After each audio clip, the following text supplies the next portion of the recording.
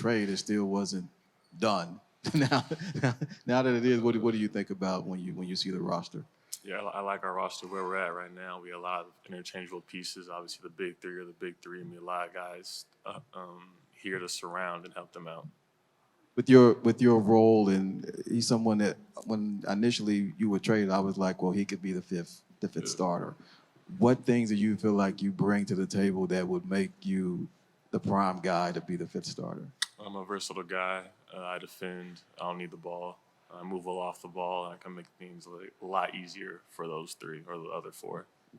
Last thing I had was when you're thinking about Kevin and Devin and Bradley, when you watched them either played against them or watched them from afar, what did you see in them that makes you now think, hey, look, I can fit because I see their game, and this is what I can do to fit with those three, because obviously it's going to be crucial to fit with those three. Yeah, I mean they're all elite scorers, but they're unique in that they don't necessarily need the ball to score. Like they don't need to ISO a whole lot to score. Obviously they can, but they play off ball, they come off screens, they shoot, catch, and shoot shots. So finding ways to get them open, make it easier on them.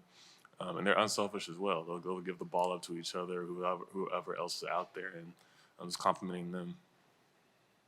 Kellen Olson with Arizona Sports. Nice to meet you. Welcome to the Valley. Ever since you got signed, just the conversations you've had with Frank Vogel in your defensive role, how those kind of expanded, and what you expect him to ask out of you with the defensive mind that he is. Definitely be one of the main defensive guys on the team. I know I have the ability to with my length and just my basketball IQ. And obviously Vogel's a big defensive guy. I wins you championships, so we're trying to do. So embracing that role for all of us is going to be crucial.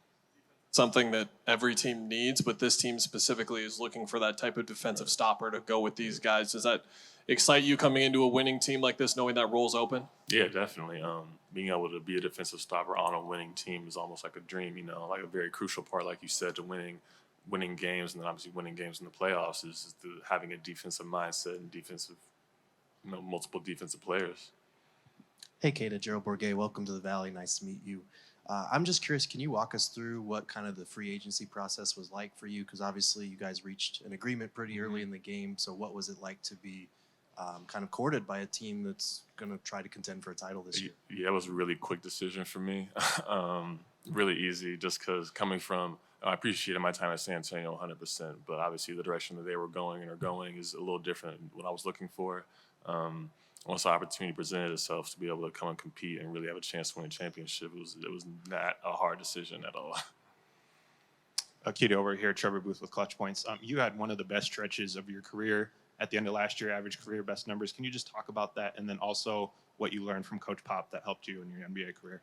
Yeah, and taking advantage of the opportunity that we had all last year, and then definitely toward the end of the year, going into contract year and all, I want to play well, obviously individually.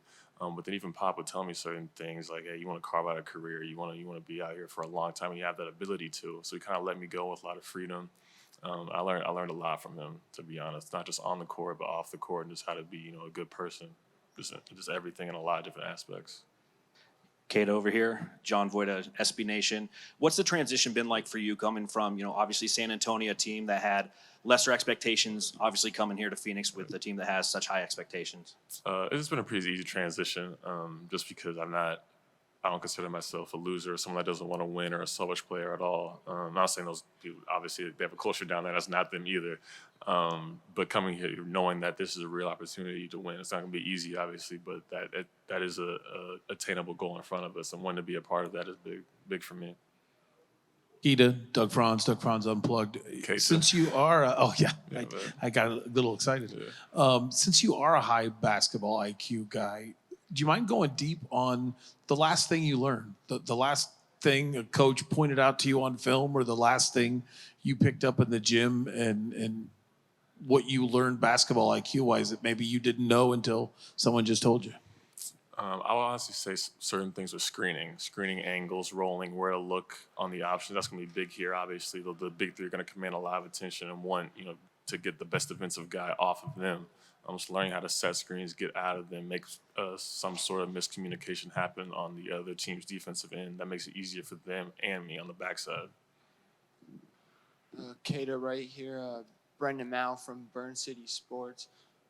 You just touched on how your time in San Antonio, how they were on a completely different trajectory. So how does your mindset change now that you're here in Phoenix and with a team that's hoping to win the championship?